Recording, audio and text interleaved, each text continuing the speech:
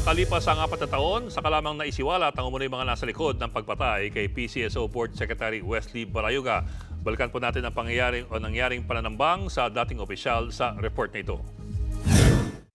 July 30, 2020, nakunan sa CCTV ang pagdaan ng isang pickup truck sa Barangay Highway Hills sa Mandaluyong. Sakay niya ang nooy PCSO Board Secretary na si Wesley Barayuga.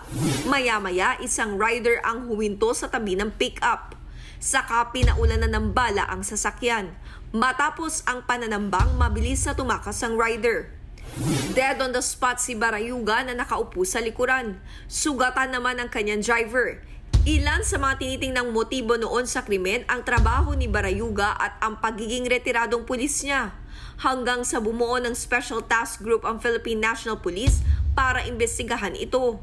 Nag-alok pa ng reward money ang mga kasamahan ni Barayuga sa Philippine Military Academy Matikas Class of 1983 para agad mahuli ang suspect. Dumaan na mga taon, hindi pa rin nalulutas ang krimen at wala pang nahuhuling salarin.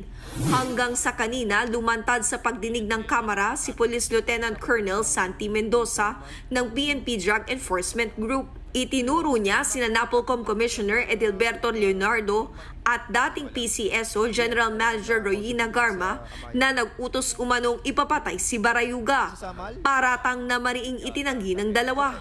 Inirekomenda ng sampahan ng reklamong murder sina Garma at Leonardo. Nagbabalita mula sa Frontline, Faith Del Mundo, News 5. Mga kapatid, Ed Lingaw po, maging maalam at may pakialam sa mga napapanahong balita sa ating bansa.